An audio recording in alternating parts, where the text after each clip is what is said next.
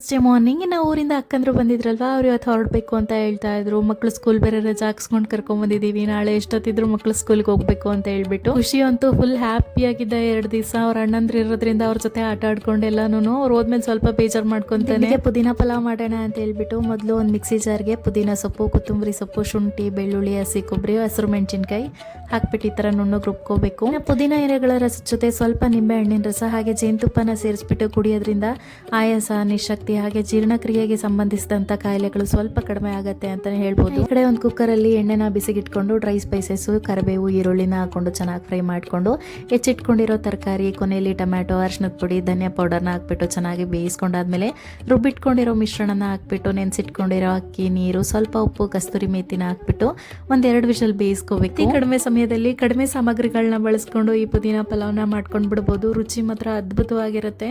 ಆ ಪುದೀನ ವಾಸನೆ ಒಂಥರ ಘಮ ಅಂತ ಇರುತ್ತೆ, ತುಂಬಾನೇ ರುಚಿಯಾಗಿರುತ್ತೆ. ಜಾಸ್ತಿ ಜನ ಇದ್ದಾಗ ಈ ರೆಸಿಪಿನ ಒಂದ್ಸಲ ಟ್ರೈ ಮಾಡಿ, ಎಲ್ಲರೂ ಇಷ್ಟಪಟ್ಟು ತಿಂತಾರೆ. ಎಲ್ಲರೂ ಸಹ ತಿಂಡಿನ ಮುಗಿಸ್ಕೊಂಡು ಅಕ್ಕಂದ್ರೆ ಸಹ ಊರಿಗೆ ಹೊರಟ್ರು.